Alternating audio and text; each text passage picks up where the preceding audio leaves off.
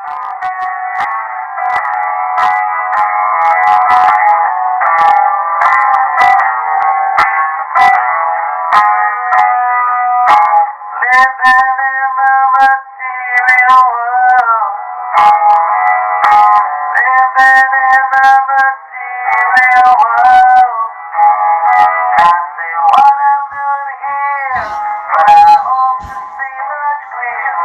how y'all doing? It is early in the morning on the 23,079th day of my little journey on this blue planet this time. And it's raining. It's been a long, steady rain. We had some pretty big winds that were blowing through here about an hour or so ago, and it made me think about the Wizard of Oz. Are we going to be swept away to some magical land or something? What's going on? You've watched The Wizard of Oz, haven't you? Have you seen that? Yeah, I used to watch it every year. It was on. It was like a seasonal thing. It came on this time of year, actually. Tornado season. And watch it. When we were in high school, somebody came up with this thing. You turn off the sound and on Wizard of Oz, and you start the movie right as you drop the needle on Dark Side of the Moon. You listen to the whole thing, and it syncs up. At least that's the message or the goal. And it was fun, and I did it a few times, and a few of those times I was tripping balls. I mean, I took some LSD with some friends, and suddenly, it became a totally different story. A little girl who goes off to this magical land, and they're singing and dancing and flying monkeys and green witches and shit. It is suddenly I'm seeing, Dorothy is all of us, and the yellow brick road is the gold standard. It's the path that we're all supposed to take, and we encounter industry without a heart and a workforce without a brain and a mass populace who doesn't have courage. And you go through all these different trials and tribulations, and only to have the little dog who's like our last connection to nature. The little dog pulls back the curtain and reveals the man behind the curtain. The Wizard of Oz is a fraud, and then but he's a kindly old guy who got swept there like Dorothy many, many years ago, and it's all good in the end. It's weird how just one little thing, dropping acid and doing this weird syncing the thing changes your perspective on something that is such a cherished childhood memory. At least I've been trying to do that in life lately, shift my perspective, take a different look at the way things are. Maybe I'll learn something. Maybe I'll discover something. Maybe I'll find a way to adapt a little more effectively. But, I'm not saying drop acid and look at the world in like a fevered dream kind of thing, but if my little dog pulled back the curtain to reveal that the Kardashians are 3 Botoxed toads in high heels wearing lipstick and mascara, frankly, I wouldn't be surprised. Would you? But I'm just curious, what if?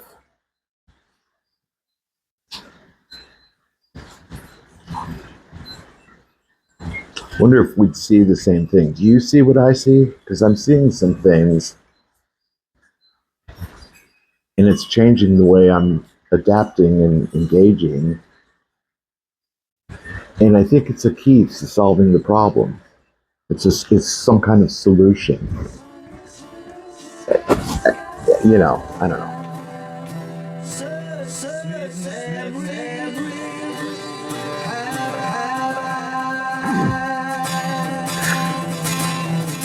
All our lives, we have been told stories. We were told the story of our birth, the story of our family. We've been told stories in school, stories in church. We've been told stories by the government, stories by the media. Life is a series of stories. But as we've all learned from time to time, the stories that we believed are not necessarily the truth. In the celebrity realm, let's talk about Lance Armstrong. Here's a guy who wasn't just a hero, he was the American hero. He beat cancer. He won the Tour de France 7 times, and he became an inspiration to millions. Remember? Live strong. Until the doping allegations started to leak out, and he fought those like his life depended on it. Because it did. In the end, it turns out that his quads weren't his strongest, best asset. It was his ability to gaslight the whole fucking world. And he's not the only one. There have been tons of celebrities. I think of Tiger Woods or O.J. Simpson. I think of celebrities like Kevin Spacey and those who have fallen from grace because of something they did or did not do. But let's think bigger. Let's think about systems. We were all told that Saddam Hussein had weapons of mass destruction, and he was going to use them. Shortly after 9/11, the nation was itching for a war. We wanted revenge, and we were told he was hiding out. He was working with Al-Qaeda. The government said it, and the media repeated it, and we believed it. The financial crisis of 2008, the banks were too big to fail, we were told. They brought in the candidates that were on the race because this is such an important thing. They convinced us that if we didn't save Wall Street, Main Street would cease to exist. And yet what happened? Business went on as usual on Wall Street, and us here down on Main Street still haven't recovered from that crash. It's a fast-changing world. You know, I can remember, it seems like just yesterday, we were getting those AOL discs for free everywhere we went and listening to that funny squelch with every head down doom scrolling on this little piece of glass and plastic, you know, being fed narratives from a multitude of different resources. And I just wonder, is there a curtain there? Is there something to be pulled back and exposed?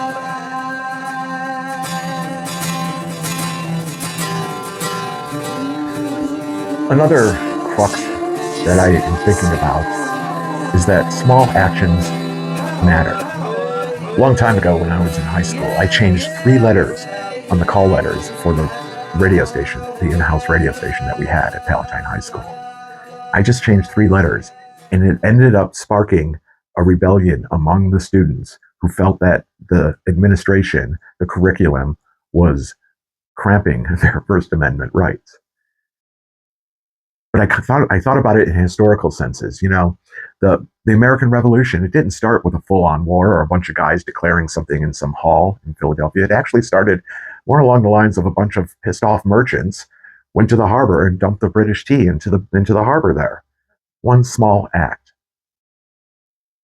Mahatma Gandhi didn't cause the British Empire to pull out, didn't cause a nation to rise up by doing anything more than refusing to eat.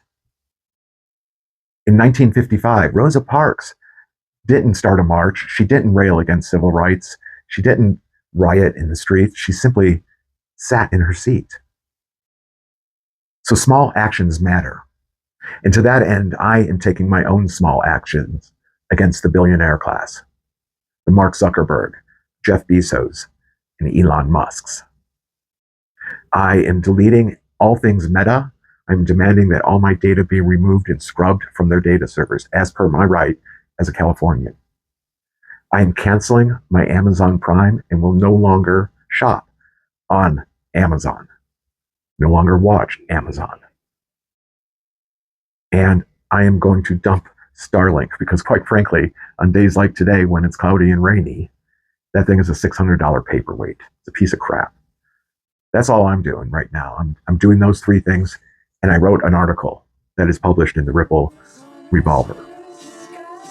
I'll give you a link at the end of the video. So my point is, small actions matter.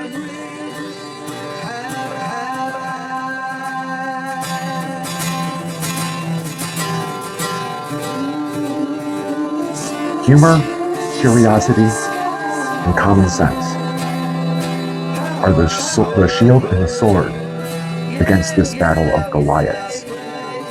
Okay? History has shown us that authoritarians don't fear guns. They fear being laughed at. They fear being mocked.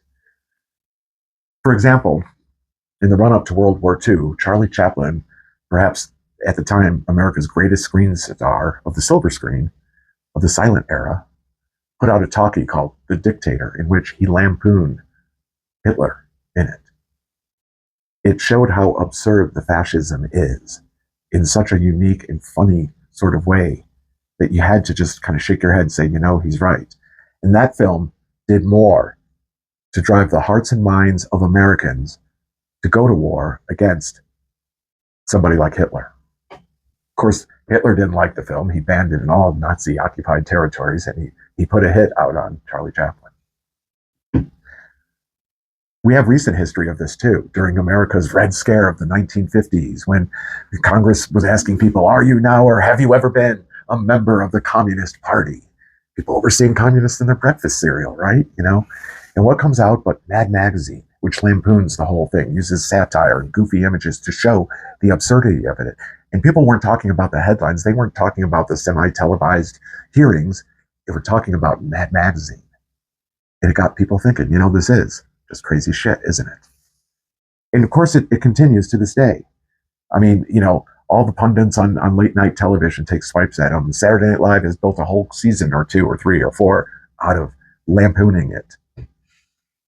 It gets under their skin. They don't understand humor. Even when they try to co-op it for, you know, anti-woke humor, it sounds like a bunch of bullies out on the playground. Child stuff. The idea of curiosity is that they can't still your mind. They can't stop you from wondering what if, or how come, or why is.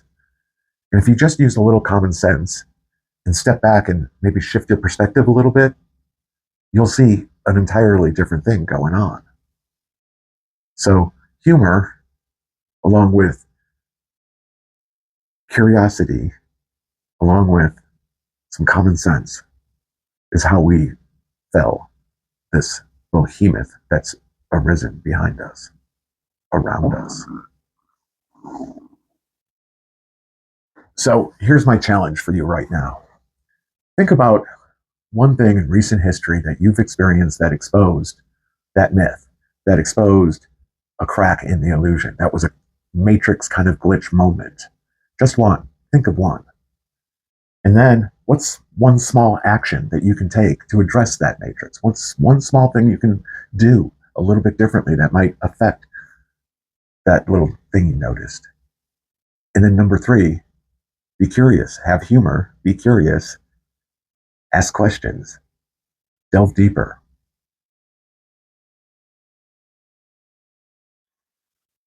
You know, I don't have all the answers. I don't think I even fucking know half the problem. I don't really, but I don't do this to change the world, to change the system. I do it so that the system doesn't change me. I'm still who I am, you know, who I want to be.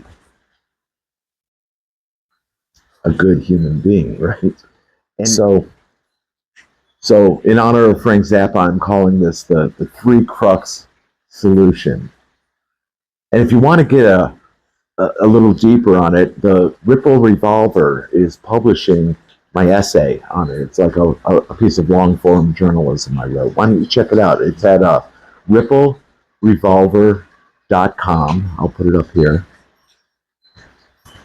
And check it out if you're curious about any of this stuff. In the meantime, like I always tell you guys, take care of yourselves. Okay? Be safe out there. And be safe here at home. And like Ken Babs told me, I think it's important to tell you, keep your dauber up. All right? So I'm going dark for a little bit, but you'll find me here and there. I've got a book coming out in April and a podcast coming out sometime soon. And see you on the other side, man. Bye-bye.